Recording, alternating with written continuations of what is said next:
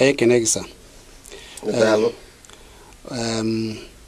Nke mbụ bụ ndị na-ekiri anyị na mba ụwa niile ugbu a ga-achọ ịmata onye anyị na ya na-akpara ogbugbo ugbu a. Afa m bụ Ifeanyi Chukwu Okonkwo. Ebi m n'Enugu.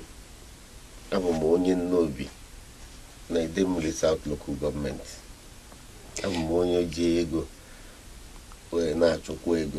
Bụrụkwa ofu onye ife emere ọfụma na-adị mma na-enene dịka otu ọnọdụ obodo anyị dị gbasanyere ife bụ ori ya na-ezu n'ife gbasara ọchịchị na mpụ na aghụghọ juru n'ọchịchị.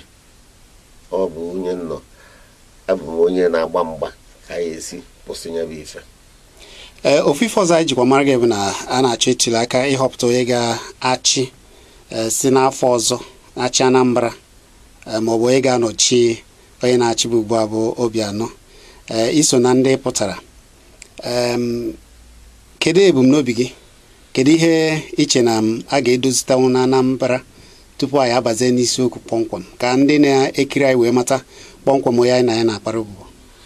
Abụ m onye so na-ayọ ka ewepụta ya iji hazie ihe ji Anambra wee jidekwa Igbo niile. Ofu otu nso na ya bụ Action Democratic Party. Ife eji mara ya bụ otu bụ onye wepụtara aka ji akwụkwọ mmụta dị mkpa. Onye mụ na ya na-abụ na-achọ ya bụ ije bụ ofu nwa ikorobịa bụ onye ọkaikpe afọ ya bụ Dozie Ike. O jebukwago nọchie anya ndị Orumba North and South na National Assembly, bụkwa ofu onye n'ime ndị na-ahazi ọchịchị nke local government. Ọ maara ife, o si n'obi ya na-echi eze. Onye ya enye aka ka kpokọba ka edozie Anambra. Obodo ọbụla na-achọ onye ọchịchị na-enene ife tụkwasịrị fa mgbe a. Kịta ndị Igbo ji azụ ana na Naịjirịa. Anyị na-ekwusi onye ka anyị aghara Naịjirịa. Nwaanyị ọ na-achụpụ nwaanyị ibie na be di? Kedu ka anyị esi rụsị ọrụ tasịa afọ na Naịjirịa na ọrụzie bụrụ ndị a na-esu iji n'aka? N'ogosi na ndị ọchịchị ya bụrụ ndị maara ife egwuara atụ ihe meri nwa ọgbọ ha. Na ife a na-eme abụghị na nke a bụ nke anyị. Anyị na-achọ ndị maara ife ya apụta ka ikpokọba onye ọbụla bụ onye ọchịchị. Ife izi ya na-atụ alụ bụ kedu ka ị ga-esi wee dozie ọnọdụ ndị ya nọchi sorokwa gị n'ọchịchị. Ị na-anya ife dị ka oru arọ gagoro kịta n'akụkụ ọdịda anyanwụ Naịjirịa. Enwere onye ọfụ na-eme ọchịchị azụpụta. Adaghị ekwe ka emee elekshọn. Etu a ka esi na-ezuso ori. Ego niile batalaba anyị aka emego ka anyị na-anya fụ kere ka anyị esi mee ka ụmụ anyị nwee ọrụ. Mgbe mbụ anyị nwee steel industry. Ọ Naịjirịa ka unu na-eche ka ha nye unu steel industry. Anyị nwee petrochemical industry. Ọ Naịjirịa ka unu na-eche ka nye unu petrochemical industry. Anyị na-enwere unu akụ na-akwado ndị na-azụ afịa. Ọ Naịjirịa ka unu na-eche ka ha nye unu. Ife ị na-anụ ụbụsọ na ya ekwe na ọ na-emegbu anyị na ya apụọ. Unu na-apụ ejedebe. Ife m na-ajụ onye ọbụla bụ ọ bụ iwu na federal gọọmenti ya arụla anyị Niger Bridge. Ndị Igbo isi ọdịdịkwa anyị mma. Enwere ikike kwuru n'ọsọ ndị federal gọọmenti ya alụ briji na Niger Bridge. Anyị lụọ na ya na-eti ife a na-anakọ ego ebe ahụ. Kedu ka anyị ga-esi nọrọ adoberefa anyị ụzọ ọjọọ ebe niile egwu na-atụ ndị gọvanọ anyị? Ndị ụjọ ya achị obodo. Enidiri ndị maara ife ya ịkọnvat dozie ụzọ ahụ na-ana ụtụ na ya. Ndị Naịjirịa achọrọ anyị ndụ, anyị nwa achọkwuru nwa anyị ndụ. Ọnya ka m ji wee pụta ife a na-asị ụnụ nọ ndị achịcha ndị achịa. Ọchịchị bụ onye masịrị na onwere n'ibia dozie obodo ọpụta. Ọ bụrụ ugo a na-eturi mmadụ. Ọsọ onye karịrị mmadụ na-eturi mma otu n'ukwu. Ife na-ayọ ndị mmadụ bụ mmadụ agwazi na esi chere onye achịcha ka onye achịa. Ọ bụrụ ka esi edozi obodo onye akpatara nọ ndị ngwọrọ nọ n'iru. So ana m ayọ ndị Anambra ife soro onye Igbo nyala nkwe. Anyị ncha niile nọkwa na ngige a n'afọ adọ onye ọbụla. Ya bụ ụdọ na-adọnụ bụ enwerekwo ara ọzọ na-agbarutekwa na ụfọdụ ndị agha erimụzikwa nri na be ha maka na ndị ọchịchị na-ezu anyị oshi. Ndị a na-achị achị kịta ebee ka ha si weta ego ha ji eme elekshọn? Na-ajụkwa onwe ụnụ akwasị afọ akwa ndị nsọkwu na-achị kwacha afe eyibe unu na-ebu akpagharị a na-enye unu ego ribe na ego ụmụ unu nụcha ha asịghị jee ka nwa omume imebi idi na ọmụọ ka esi akpacha isi ebu ihe eji edozi isi ifele megbuo anyị agwakwa ife na-apụta bụ ka abịa ma anyị afụ ka esi eme ka edozi obodo. Ọ bụrụ na ọ bụrụ ya nsị gabakwana ka anyị si aga na ife soro onye Igbo nyala mmanya otepụta. Ọ dị ma ya bụ dịka isi kwuo na ewe ndị na-azọ ka hapụ Naijiria na-azọ Biafra nwekwara ndị ọzọ na-asị ka a hazigharịa Biafra nke a na-akpọ restructuring. Kedu nke ịkwụ akụ n'ime ife nna agwa onye ogbu ọbụla nwụrụ ala nne bụ na kedu onye ya pụta osunye anyị bụ Igbo ji n'aka na Naijiria ịmago esucha ji esuru ya mmanụ nye gị pụọ nwa niile eneka nwaanyị ara achụ nwaanyị ibe na be di. Kedu onye na-achụ ndị Igbo na Naijiria onye na-achụ anyị? Ife mere bụ nọọ ndị amarụ ife ndị ụta akwụ bụ ife na-anọchi anya Igbo nye kpatara o ji dị ka ya mara ihe a na-ekwu unu afụ na onye Awụsa na-azụ ana n'ala Igbo unu na-ana na nke ha na-egokasị na-arụ unu na-agbaka mbọ unu afụnugo onye be eji cheki wee goro efi maọbụ ewu na Naijiria. Ikọnọmi niile enwere nke anyị fụrụ anya ndị be anyị sị na ha ama maka ikọnọmi nwere ihe ha ma maka na kwa ụbọchị ego niile a na-ebupụ ya enwere ebe a na-azụ efi na Kano ma na Bauchi ma ebe a na eje n'akụkụ obodo ụwa ọzọ bubata ya wute ego Naijiria mgbe nwere na-agbakọ ya anyị anọrụ na-akpara ha ego na-eme ihe niile. Onye nwere ike ịchị obodo ya ebidogoro ichekwaba akụ na ụba obodo echekwaba ife ndebe ha na-eri isi nọọ ife ọbụla anyị na-eme kwa arọ ebupụ ego anyị ebe a ya sị na anyị na-atụ mgbele enwezikwa ife Igbo ruru aka mmadụ ekwuzi n'okwu na anyị na-apụ na Naijiria onye ka anyị na-achụpụ anyị kedu onye anyị na-arapụrụ Naijiria ha nwa bụ ihe ya pụrụ anyị na Naijiria. Ọ dị ma dịka isi kwute nke efi a gịnị mere na ndị na-eche efi a na-abatazi na-emezi ka ebe niile ha were ebe niile na-achụpụzikwanụ ma ndị were nke na-akọ ugbo nke ha abịa anyị afụrụ ndị ọnụ kara aka dịka isi ekwu ndị ọchịchị anyị ka esi kwụsị okwu ike gbasara nke ndị Igbo nwee ike ime ụdị a n'ugwu Awụsa ya nọrọ je chụpụ ndị na-eme maọbụ na-akọ ugbo maọbụ na-eme nke ha na-eme ka ha were ebe a. Onye ọbụla maara na onye ọbụla ya achị mmadụ ya ebiagoro ihe ndị ọcha na-akpọ you first dominate the people. Ndị anyị na ha na-eme ife efu na anyị nọ n'ọsọ ndị amara ife ka anyị kpọpụtara n'ọchịchị a na ha dominate anyị. Anụ efi ya na anụ ewu a kedu ndị na-ego ya ke ndị na-eri ya ọ anyị nwa ka a na-ekpodatara ya anyị enweghị ike ịtụ iwu ka anyị esi mee enwe nke na ha afịọtụ na Benue efu ka gọvanọ na-eje a na-akpọ nzukọ na-eme ha ndị be anyị nọ ebe a eche nọ na-abụ ụsụ ọbụ na ụzụ amara akpụ ogene ọ na-ene egbe anya n'ọdụ. Ife na-achọ egwu ụlọ bụ na ikọnọmi Naijiria dị n'aka ndị a na-achị efi ma ị marọ kwa ụbọchị anyị ejiro POS ego efi ejiro cheki ego efi fụrụ ha na bankị kere ebe ego ha na-aga ego ndị a niile ebe ego adọrọ na sistem ebe ego adọrọ na sistem ka nke dị na sistem onye ego anyị a na-abịakọ ebe a abịakọcha eme afọ ya ma akwụ ya na bankị ebe ha akwụghị ya ebe ọzọ were ihe na-ebubata foreign exchange ka eji ego efi na atụrụ a na-ebubata ebe a. Ndị be anyị sị na ha mee PhD economics amara nke a ha na-eche nọọ naira ka eji ego efi na-akpa efi na Kano ebe a. Nsogbu ụdị ndị ibiribi buru ụzọ ọgụ mmiri ndị ọgụ egbe ka mmiri mara ndị mma wee nọrọ n'iru obodo anyị nidiri ịzụ onwe anyị. Ọ dị ma isi na ikwetara ka ndị Igbo si pụọ mana ka anyị gago na mbido Naijiria oge achịkọtara Naijiria ọnụ ịkọtara anyị ka o si dị oge a na ka o si dị ugbu a. Oge a ọ dị ka ekwekọrịtara ndị ugwu na-eme nke ha ndị ndịda na-eme nke ndị ọwụwa anyanwụ na-eme nke ha mana ugbu a ọ dịghịzi otu a.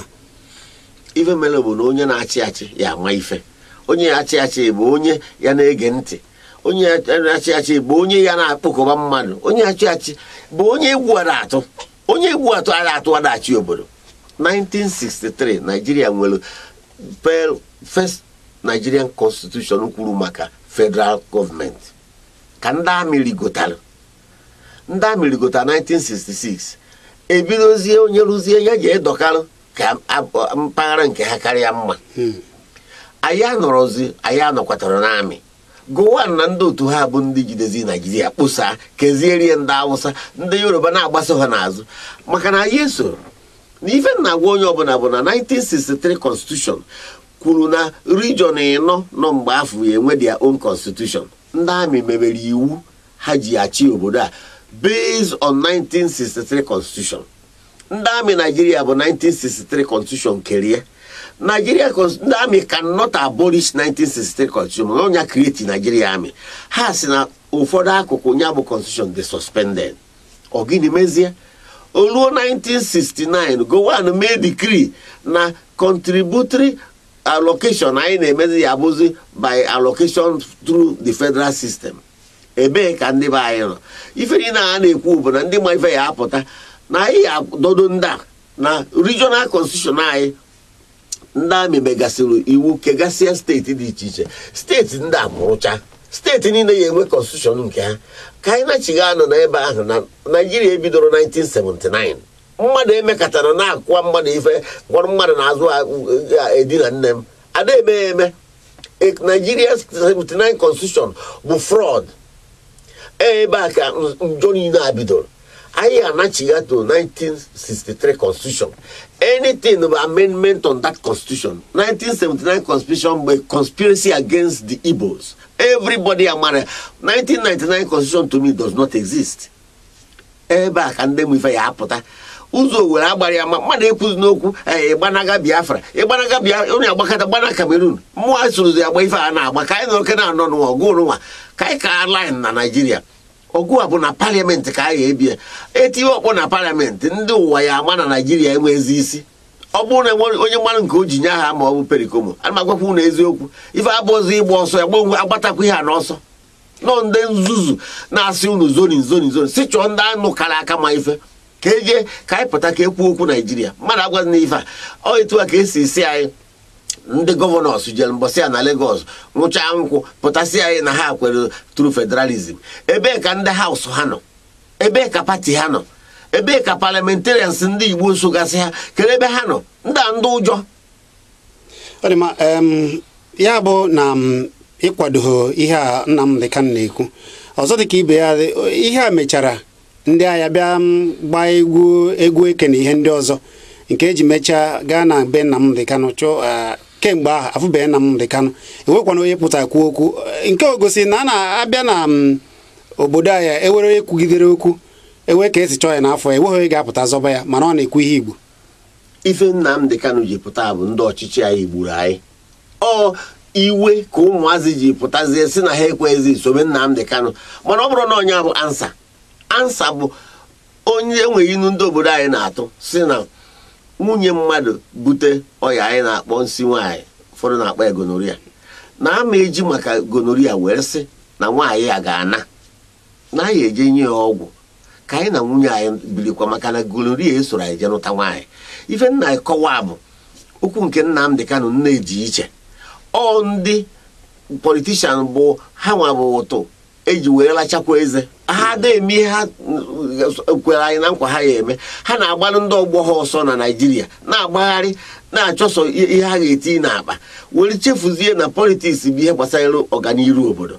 Ya ka m ji akpọ onye ọbụla maara ife sị ya ka anyị mara na ka a ga-esi wee mere nọdụ mmadụ ekwuzi n'okwu sọ ndị Igbo bụ ndị na-ekwu okwu rụchaa ọrụ n'obodo na-ekwu okwu na ha na-ana onye na-anada ana ebe kedu ebe anyị na-eje anyị nwe azụ ka iwe ha bụ ndị weta independence ka unu na-achụ hapụrụ ya ndị esoro je weta independence mụ wee sokwu unu ana ibe a na-ana ka anyị nọrọ n'ebe a ka anyị na ndị agba mgba. Ewe ihe Gowon kwuru nso na ihe ekwuru na asị Ojukwu bịa tụọrọ ndị Igbo mere na anụrụ ahịa anụrụ na ọ bụrụ ihe kwuru na Aburi bụ ihe ọ bịa kọrọ. Ana m ekwu okwu Gowon na onye nkwu na-egbu na-ege ntị na Gowon na-ekwu. Ana m ekwu nke dị n'iru anyị kịta Gowon ha so wee tikpo Nigeria na-agagharị achịcha plate ekpe ikpere chukwu ma anụ nata ekpere ha maka na ha ka apụtara kwuo ebe kedu ebe Nigerian Constitution dị 1963 Gowon ma maka ha na ejenti ha bụ Obasanjo ife niile ha na-eme bili. We must go back to the ife nna anyị na nna anyị ha kwekọtara mbụ regional autonomy constitution Nigeria na ndị nọ na region ya na-eweji ife anyị eji na-echekwa obodo onye ọbụla ruo onye na-edozibe ha steeti niile suppose inwe constitution enwere mgbe nji asịsị kagbuo steeti emel mana anyị dị within a region mmadụ emekọtara sị m south enweghị ihe na-aza south na geography nọ ndị Awụsa na ndị Yoruba conspire wepụta geography ọfụ ife anyị nọ kedu ka onye Kalaba ya esisizie na onye Bini bụ nwanne ife a bụ nsogbu dị na ife dị na Nigeria ndị a kọndishọn go bụrụ anyị na anyị ama ya nọkọta dị n'ofu. Isi tata enwere plenu na-esi ebe eje Kalaba si Enugu eje Kalaba, nwere ike si Kalaba abịa Enugu. Ife niile abụ ihe mesịrị wee kee anyị ụdọ mmadụ nchagasarịrị na-ata ịgọ. So m wee kwere ndị mụ ife batara na politiks na Naijiria bụ nke anyị rụrụ Naijiria, mmadụ ada achụ anyị na Naijiria, ndị amụbeghị onye a. Ọ dị mma, ka anyị wezi abanye na Anambra ebe ị na-akwadobe ịbanye dịka onye ọchịchị. Ndị Anambra ka Chineke goziri agozi n'ịlụpụta ihe dị iche iche. A na-atụ na-atụbata mana enweghị ihe dịka ọdụ ụgbọelu na ezigbo ụzọ nakwa ebe a ga-asịkene na ebe a bụ ebe a na-alụ alụpụta ọlụ nka. Ịbanye ugbu a, kedu ihe a ga na-atụ anya gị na ndị Anambra ga na-afụ gbasara ka ha ga-esi na-atụpụ ngwa ahịa na-eweta ndị ahịa na wee na-elekwa ahịa na Chineke nyere ha a na-emepụta? Ụwa niile enwezi ebe eji ịzụ afịa wee mara obodo, mmadụ agafụzi n'ibe. Anyị mere nke a mgbe anyị mere ya, ndị India na ndị China abatago ma ndị Shoprite jide afịa mebie. Onye nwere ego na-atụ afịa. Anyị na-ekwuzi okwu indọstrị. Kedu ife anyị ga-eme ka anyị kwado industrial development and revolution in the Southeast? Anambra bụ isi agwọ, ya bụ ebe izizi. Ife izi anyị ga-eme bụ na anyị ga-arụ onwe anyị ụka. Gọọmenti bụ fa na-akwado mmadụ, obodo niile gọọmenti na-akwado biznes. So na Naijiria ka m fụ na gọọmenti bụ sị na biznes tax ka a na-ekwu okwu.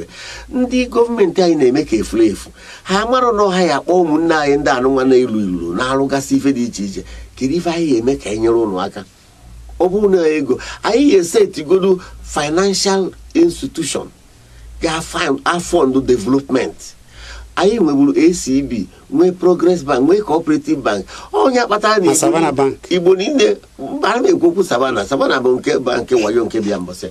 Ofe a bụ Igbo niile tata a na-anụ ofe ha bụ for this corner ACB idede. Onye a bụ ebe izi Igbo nọ wee nwee ego. Ọ bụ na New Nigeria Bank ha ji ebite ego eji kwudo. Ndị a na-achị anyị ha na-eche echiche. So security vote, so oshi ka a na-ezu. Akwụsịrị oshi, corruption and impunity enwere ebe Igbo jekọ. Ife izi anyị eme bụ kịta ụnụ afụgo ka esi na anyị ke anyị eriri gbasara eletrik, mana Chukwu gọziri anyị n'ofu nwa anyị a na-akpọ Emeka Ọfọ mgbe ya bụ onye isi zọtara nke akụkụ be anyị ebe a. Eletrik a na-ejenereti na Naijiria elugo 6,000 megawatts, mana ya bụ nwanne anyị ji enu ndị gọvanọ anyị na-atụ ya egwu. Kpọọnụ na ya nọ nwanne unu, kedu ife anyị ga-eme ka anyị nwesoro nwebe ọkụ? Ọ chọrọ ego, enye ya ego ka ọ na-egopụta ọkụ a, ọ na-eresizi anyị ya n'ọnụ ana. Ka anyị gba mbọ fụ na ndị be anyị niile nwere indọstrị na-enweta ọkụ.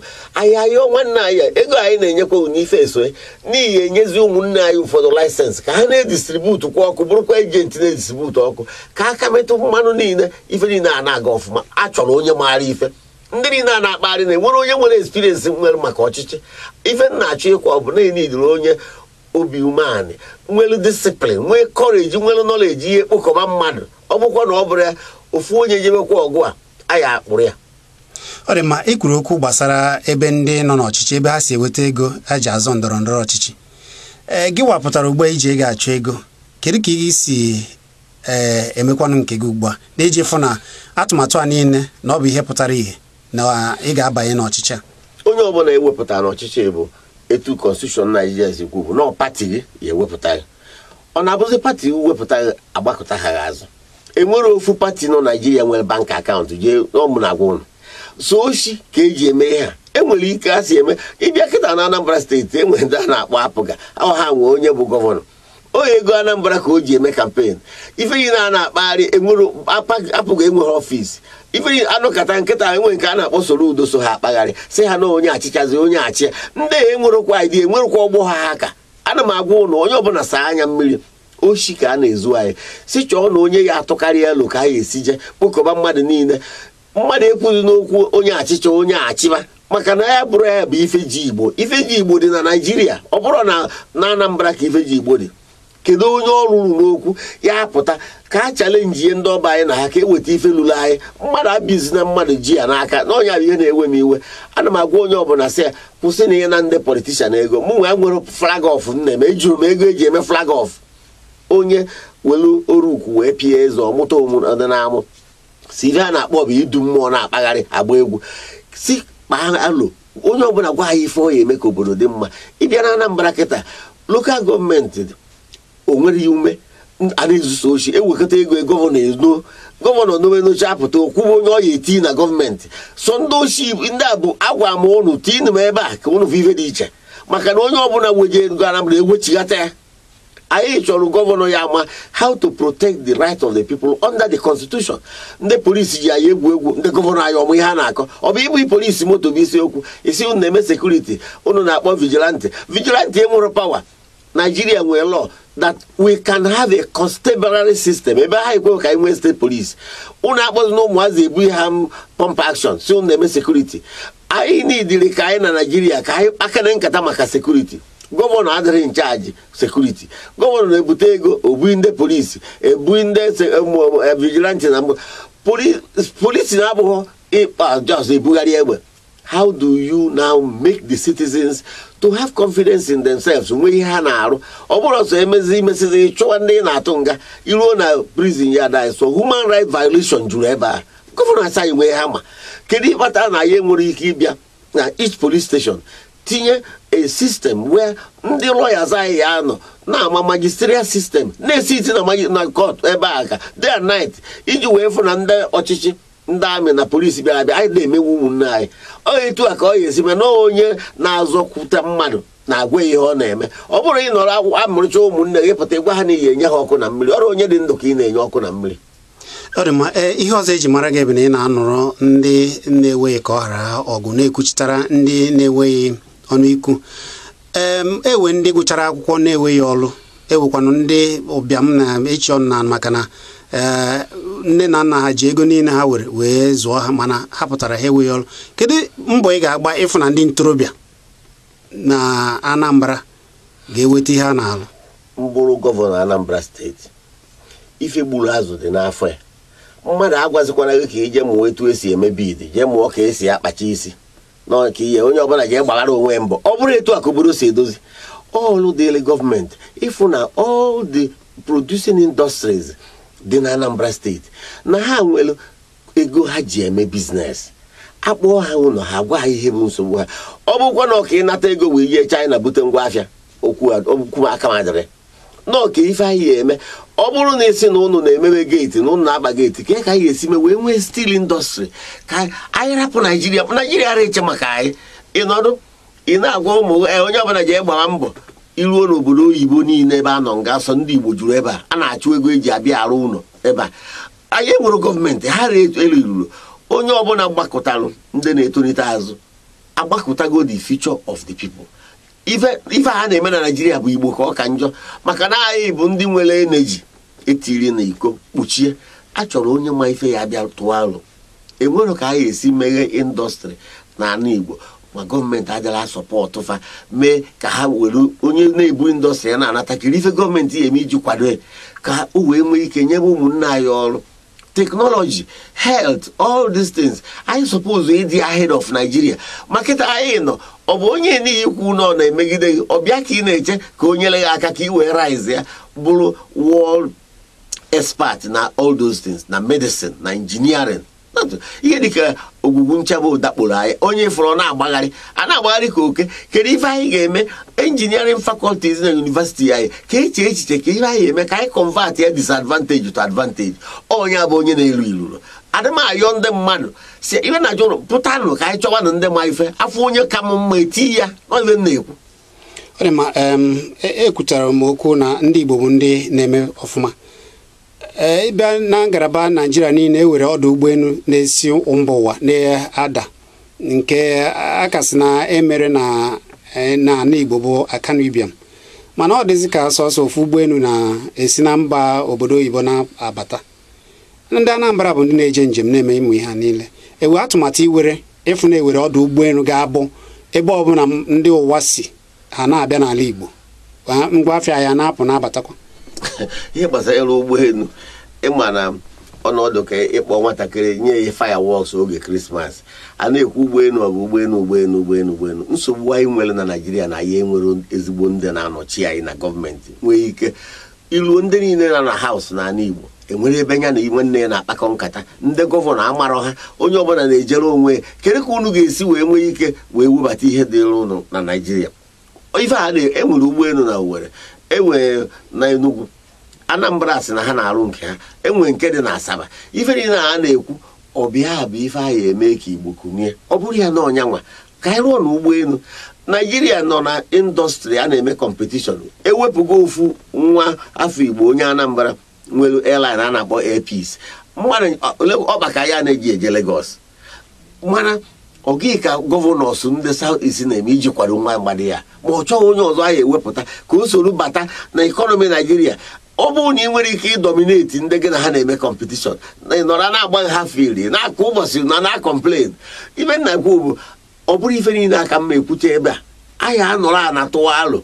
Naijiria kpụsa ọ anyị ka ọ dịrị ịdobe. Ndị Hausa anọkọta ụmụnne ha nọ n'amị nyere ha aka, nye ha kọntraktị ibu bilet, ha wee go trela wee kparachi ebe niile, dominating the haulage industry. Anyị amarọ ife. Onye fụrụ n'ọrụ na-ekesa ekene riri Chukwu mgbe Izuchukwu gbatara ego ndị anyị iwe dị m n'obi. Ọ dị mma, ka anyị na-apịachi ya, kedu ndụmọdụ ị ga-enye ndị Igbo dịka ọnọdụ ndị Igbo si dị ugbu a?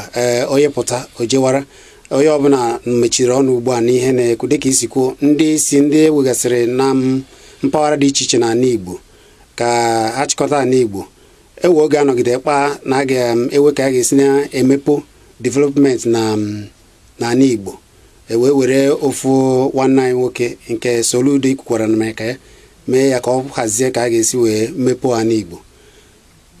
Onye isi ala ugbu a bụ Muhammadu Buhari, ọ bịa n'aka na iwu ga-eme ka emepee North East Development Commission, ewe na Niger Delta Development Commission, ewe ka ndị isi anyị maọbụ ịbanye ka a ga-esi gbaba alụ ka a ga-esi wee South East maọbụ Eastern Development Commission. Enwere ụdị ọsọ onye umengwụ na ndị Igbo na-agba. Enwere ife ọhaneze ya emere Igbo nothing. Ọ bụrụ na ọhaneze bụ ha na-eti gọvanọ, ọ mgbe a ka ha ya ekwu ihe ha na-emere Igbo. Pawa adịghịzi n'aka ndị obodo, pawa dị na ndị gọvanọs anyị, ma fa na-eru iru. Ndị gọvanọs anyị karịrị ọhaneze. Ọ bụ ị nọrọ na ọhaneze ime iwepụta planụ anyị eji wee dozie ya n'Igbo, inye dị ya onye ka o mee. Onye na-anụ ma ọmị na mgbe ka a na-akpọ dadị, onye kpatara na alụ niile ha na-atụ na nkịtị. Mgbe anyị wepụtabalụ si na ọhaneze abụrụ ndị ya na-ebu bụ ebe anyị na-elu ilu ka Igbo ya esi ji ọgụ Naijiria, wee mmanụ na ọha tiri gọvanọ. Kịta ndị gọvanọ na-eti ndị nọ n'ọhaneze. So imekọtara gwa m okwu eji kpokọba ndị nwa na-ekwu nke a. Kedu ebe ọhaneze si enweta ego? Onye nwere ebe o si enweta ego, kedu ebe ume dị?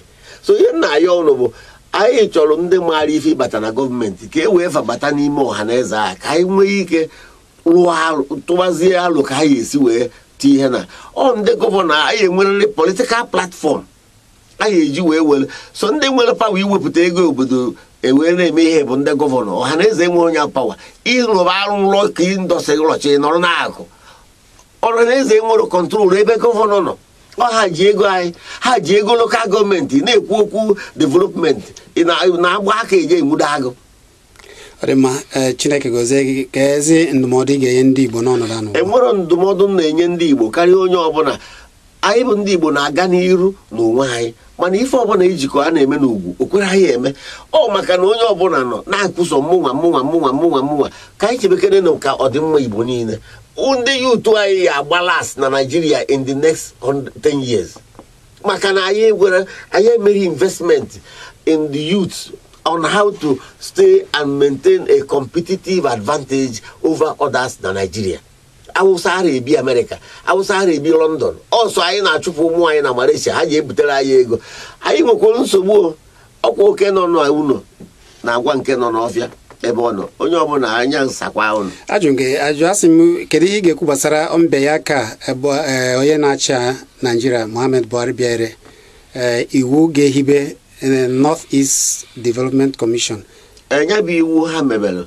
Ndebe anyị nọ na haus mgbe a na-ekwu okwu, mana ife kachasị nke m anyị anọgba ọgụ ka anyị nachigha na restructure Nigeria. Anyị restructure Nigeria, ihe niile onye a na-asaghị na enwere ihe anyị akpa onye abụ ebe ibe na-agwa mmadụ onye ọbụla debe anya na bọọlụ a na-agba, hapụ ọkpa mmadụ.